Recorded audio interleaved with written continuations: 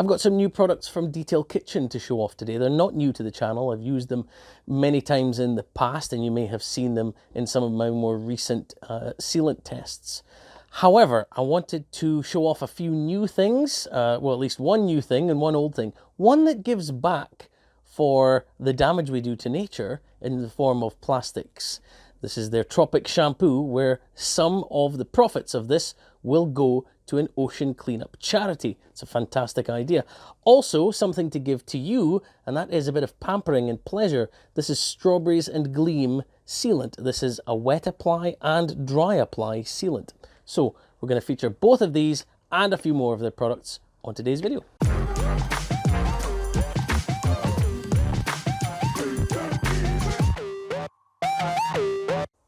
Welcome back to the channel. My name is Specky. I make detailing videos, reviews, how-tos and the likes, and I would really appreciate if you like this video and go and subscribe to the channel. But if you don't have time for all my videos, I also have a podcast with my good friend Paul Dolden. It's called Specky and Paul Talk Detailing.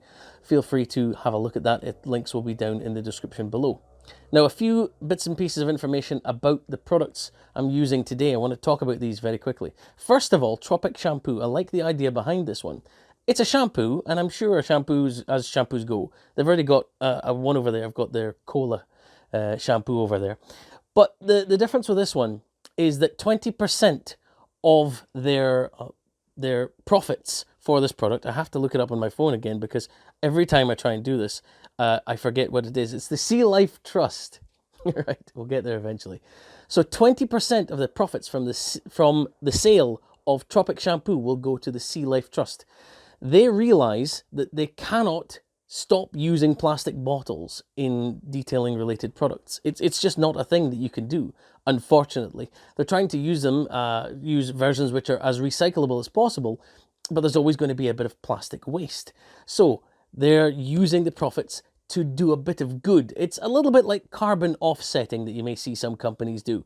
And this is their way of going about it. And I think every company should be doing something like this. I think it's a great idea. The Strawberries and Gleam Sealant, like I mentioned before, this one is both a dry or wet application product. It says it's ultra hydrophobic is what it is. And they state, like I said, you can either use this wet and you will get, dry and you'll get up to 12 months. So you could get some extended length out of that. That would be interesting to see if it is possible. Simply spray it onto a dry section, leave it for 5 minutes and buff it off. It's really that simple. But the wet application, if you want more instant results, which aren't going to last quite as long, you can grab a 1 litre bottle and put anywhere from 100 to 200 millilitres of this, spray it onto the car, leave it about 20 seconds and then rinse it back off. So just like your other spray and rinse application products. So I've got a bottle of this already mixed up out there, and I'm going to try that wet and dry. So I've diluted it for the wet application in a bottle, and I will also use it neat with a spray trigger on here to make sure I get a dry application as well, and we'll try them side by side, along with a few other of Detail Kitchen's products, which I'll mention in the voiceover and other bits and pieces as we head out to the car now to go and have a look at a rather filthy Corsa. So here's the car itself, and it is looking a bit worse for wear. No, we haven't been rallying it, but this is instead because we were driving behind a tractor on our way back from holiday, and the front end got the full bore. Now, from a distance it doesn't look too bad, but you can see it's not dark and shiny, but rather quite grey, especially when you get to those shaded areas. It definitely needs a bit of love. There's the back end really showing up with all the finger marks on the boot lid, so you can see what colour it should be underneath all this grey horrible traffic film and grime. I know someone's going to say you should never do this, but there's the finger swipe to show just how much nonsense is on there. So we need to get this thing cleaned up and get it looking much nicer. So the car gets a coating of palette cleanser. This is Detail Kitchen's snow foam, and they claim up to 25 minutes of dwell time. It's not far off, although I didn't want to leave it quite as long as that today because, as you can see, it was quite a sunny and windy day, so I didn't want any of this to dry out. But if you're looking for a long dwell time, this stuff is fantastic. You can see it's got the consistency more of cream than of foam, and it really does work well as a wetting agent. You can see it's a relatively wet foam. It's very uniform and flat. It doesn't sit in clumps, and it certainly doesn't draw off like some other snow foams which could be overly thick. I just used the last of my palette cleanser there, and I'm definitely going to have to order some more because it's a cracking product if you're looking for long dwell pre-wash products. You can see there though, it's all very consistent and hanging around. And this is to show I rinsed off the snow foam, but the dirt still remained. This is to show that snow foam itself will not clean your car. You do need to push that dirt off, aided by the high pressure water from your pressure washer. That's why I work from bottom to top, because I know everything has had an even going over with that pressure. If I were simply to rinse the foam off, all the dirt and grime would still be there. So I'm just being methodical and making sure that I am actually pushing the dirt off the car, not just rinsing off the snow foam. For those of you interested in this kind of thing, I have a couple of videos that you can watch on my channel about are you using snow foam wrong. But on to Tropic Shampoo, and you can see there just 10 to 15 milliliters in a 20 litre bucket is all that's required for this. It has a flip top and a squirty lid. So about 15 milliliters roughly gets squirted into the bottom of the bucket. You can see it all sinks to the bottom, so make sure you get your pressure washer in there, blast it, agitate it, get it mixed up with the water, then pull out your nozzle about an inch out of the water and blast in some air to create some suds. Simple as that.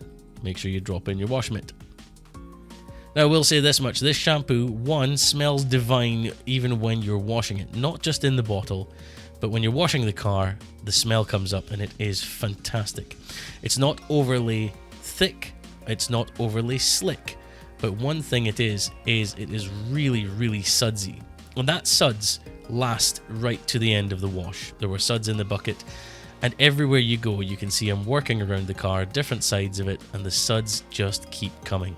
It really is impressive. This is a sign of their shampoos. The Cola shampoo does exactly the same thing, and it is just fantastic. But that smell, I'm not the biggest fan of Cola smells, but this tropical scent is just to die for.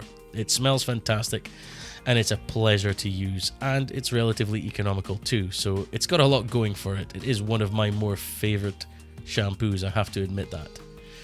There's the grime on the back. You can see there that even though the snow foam had been rinsed off, the grime was still there, so it does need washing off. So there it goes, washing from top to bottom. Just make sure you get everything covered. Get into that handle as well, any dirt that could be hiding up the back. Very simple and straightforward. I do really love it, and rinse off is an absolute breeze, no problem at all there.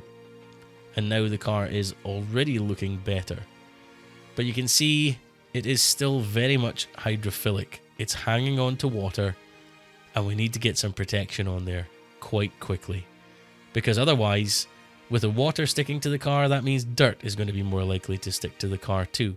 So you want a bit of protection, which is going to help you in future washes. So I came to use the bonnet as the test panel, and as I was wiping over the drying towel, although I could find that most of the water was still sticking to the car and it didn't want to come off even with this twisted loop drying towel, I could also feel contamination gripping onto the twisted loops. There was definitely something on the panel. I thought it could be tar, iron fallout, not sure what.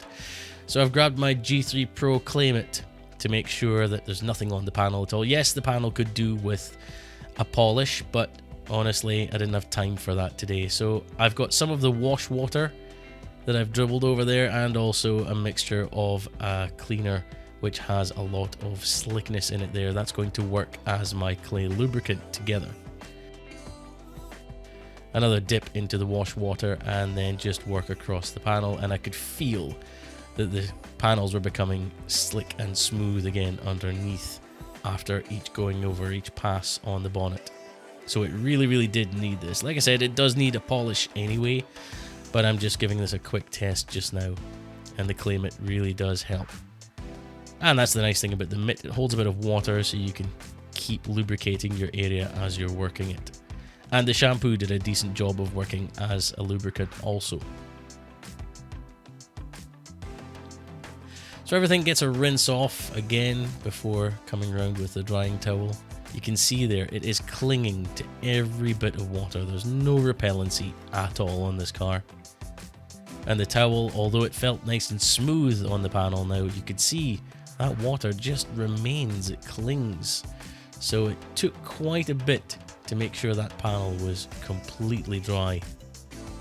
For anyone interested, this towel is from Autobrite Direct. I think it was called the Hustler. It's a single-sided twisted loop drying towel.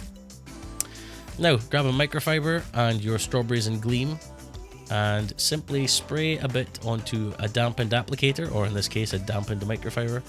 A quick double check of the instructions there. So make sure it's there. Don't spray it onto the panel, just spray it onto the microfiber and then spread in a crosshatch pattern. So side to side and then up and down. It really is as simple as I'm making it look. Literally just spread it, and being that you're using a crosshatch pattern, it makes sure everything gets an even coverage. And then all you have to do is leave this for 5 minutes. Walk away, do something else. Come back, flip your towel to the dry side and buff it. I did notice that on this paint, because it hasn't been polished and there's maybe some stuff on the paint, it's not looking so good. There was a high spot, although it doesn't show up on the camera, right in the center of that section where the towel is now. I flipped it back over to the damp side with the strawberries and Gleam. I just gave it another wipe over to pick up any of that residue that might be there. That helps to reactivate it and lift it. Then back over to the dry side to buff it back off again. Really straightforward, and there was an immediate difference in slickness. Really, really nice. Now for the other side, because I just did one half of the panel, this is going to be the wet application. So just wetting down the other half of the panel there. And this is a mixture of 50 milliliters of strawberries and Gleam into the remaining 450 milliliters of water in that spray trigger. And I will admit, when I first sprayed it on and watched it here doing its thing, I actually thought it maybe wasn't working. Because you can see there, I've used other spray and rinse products in the past, and any water that gets into contact with that stuff usually just breaks it up. And you can see here there were a couple of large sheets of water, and I didn't think it was working properly. I thought maybe I've left the panel too wet. It is meant to be used post-wash, after you've washed your car and rinsed your car. But in this situation, I thought maybe I've just left too much water. Let's give it another quick spray just in case. And after about 20 seconds, rinse it off. Well, I didn't need to worry. There's the telltale sign of those white bubbles that come up from most spray and rinse products, and you can see just how evenly the water behavior is. It is so good. For a spray and rinse product, it's very impressive. Remember, this is also a dilutable spray and rinse product, so you will get more uses out of it than some others which are ready to use. The water behavior on each side honestly came across to me that there was hardly any difference at all. You can see that it wants to get rid of the water quickly. It doesn't want to cling. It sheets and then runs away. And that's what you're looking for. Sealants do tend to be more sheeters than beaders. You can see here, throwing a bunch of water on it, it sheets and then runs away cleanly. But if you're looking for beading as well, that happens too. Give it a light misting of water here, and we can go in for a bead check. You can see all the lovely streams of water running away there, but let's have a quick bead check. The left side was the dry applied side. You can see they're all relatively uniform in their shape and size, which is really, really nice. And over to the wet applied, was there any difference? Honestly, not really. Everything was uniform. Everything had a lovely roundness to it. So there's some really good hydrophobics going on in this product. They've been hyping up how hydrophobic it is for a while, and I have to admit they're right. It is such a piece of cake of a product to use. Really, really straightforward. I can't argue with this at all. But not just that, I also got a chance to try this. This is Concourse Cocktail. It's an all-in-one show-level detailer. And I've heard stories about this. I've never tried it before, but Andy was kind enough to send me a sample. This is meant to be an idiot-proof detailing spray. Now, one thing I will say with this tiny little bottle is that it's actually a thick product. It's so thick that I had to wait for the spring to reload to pull the trigger back up before I could spray another one. That's why there were so many gaps in time for me to try and spray it. But it's a thick product. It's creamy. It's really hard to describe. You'll see it as you wipe it on there. It looks a bit like a spray wax, but if you pay attention to it, you find that a lot of it evaporates away very quickly. And this is meant to be something that you can wipe on and leave it for 20 minutes, half an hour, walk away, have a cup of tea, come back, and it will buff off just as easily as any other product. So I wiped it over without any real care or attention, left it for a moment, flipped to the dry side of the towel and buffed it off. It came off so cleanly and it left a lovely, glossy, shiny panel. I really couldn't argue with this stuff. It is one of the most idiot-proof products I think I've used. The creaminess did kind of put me off, I have to admit, but there's no issue there at all. Now, it's not a highly hydrophobic product. You'll see there that it does sheet, but it doesn't do it very fast. It's not super hydrophobic. It doesn't look like you've just applied a wax or a sealant, but there is some hydrophobic ability there. It's just a slow sheeter. But it's a clean sheeter. You can see just how cleanly that water sheets away. It's actually really nice. It leaves very little water on the panel. So I decided to give the side of the car here a few going overs and just a few sprays, about 4 sprays per panel. It's a very small trigger, so it was small sprays. Wipe over one door. Don't buff it off. Just go straight back to the second door. Wipe that over. Wipe over the rear quarter panel. Just leave it for a minute. Come back and buff everything off. It really, really was that simple and straightforward. I loved it. This is to show the hydrophobics compared to a non-protected section. The upper section of this panel, you can see it's hanging onto water, but the lower section isn't, because the lower section is where I applied the Concourse Cocktail, and you can see the difference there. The lower section sheets that water away cleanly, and the upper section is still hydrophilic. It's still hanging on to that water. That is all still wet up on the top section there, so there's a real big difference there. It's not massively noticeable as being seriously hydrophobic. It doesn't add a huge amount of slickness, but it really does work. So after all that, the car is looking lovely, clean and shiny again. It's a happy day for this car. Yes, that bonnet is looking really worse for wear. The whole thing could do with a polish, to be honest, but that'll come later in the channel.